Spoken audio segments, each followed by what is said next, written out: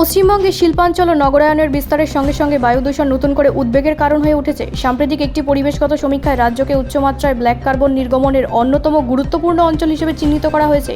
পরিবেশবিদদের মতে পরিস্থিতি নিয়ন্ত্রণে এখনই কার্যকর পদক্ষেপ না নিলে জনস্বাস্থ্য ও জলবায়ুর ওপর দীর্ঘমেয়াদী নেতিবাচক প্রভাব পড়তে পারে। বিশেষজ্ঞদের ব্যাখ্যা, ব্ল্যাক কার্বন মূলত ডিজেল চালিত যানবাহন, ইটভাটা, কয়লাভিত্তিক শিল্প, বজ্র পোড়ানো এবং জৈব জ্বালানির অসম্পূর্ণ দহনের ফলে সৃষ্টি হয়। এটি শুধু বায়ুর গুণগত মান নষ্ট করে না, বরং জলবায়ু পরিবর্তনের গতিও ত্বরান্বিত করে। দীর্ঘদিন এই দূষণের সংস্পর্শে থাকলে শ্বাসকষ্ট, হাঁপানি, হৃদরোগ এবং অন্যান্য শ্বাসযন্ত্রের অসুস্থতার ঝুঁকি বাড়তে পারে। পরিবেশ বিশেষজ্ঞরা জানিয়েছেন, কলকাতা সহ রাজ্যের শিল্পাঞ্চলগুলিতে নির্গমন নিয়ন্ত্রণ, পরিচ্ছন্ন জ্বালানির ব্যবহার বৃদ্ধি, পুরনো যানবাহনের নির্গমন পরীক্ষা কঠোর করা এবং ইটভাটায় আধুনিক প্রযুক্তি প্রয়োগের মাধ্যমে দূষণ অনেকটাই কমানো সম্ভব। পাশাপাশি শহর ও গ্রামাঞ্চলে সবুজায়ন বৃদ্ধি এবং বজ্র ব্যবস্থাপনায় উন্নত ব্যবস্থা গ্রহণের ওপরও জোর দেওয়া হয়েছে। রাজ্য প্রশাসনের পক্ষ থেকে ইতিমধ্যে বায়ু দূষণ নিয়ন্ত্রণে একাধিক উদ্যোগ নেওয়া হয়েছে বলে দাবি করা হয়েছে।